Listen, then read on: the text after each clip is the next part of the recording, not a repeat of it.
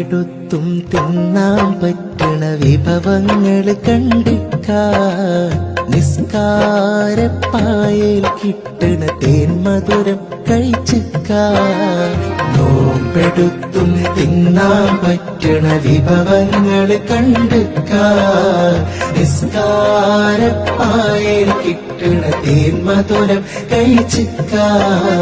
സ്വതകാത്ത് കൊടുത്താൽ കൂടണ മുഞ്ചഴകില് നടന്നിക്കാ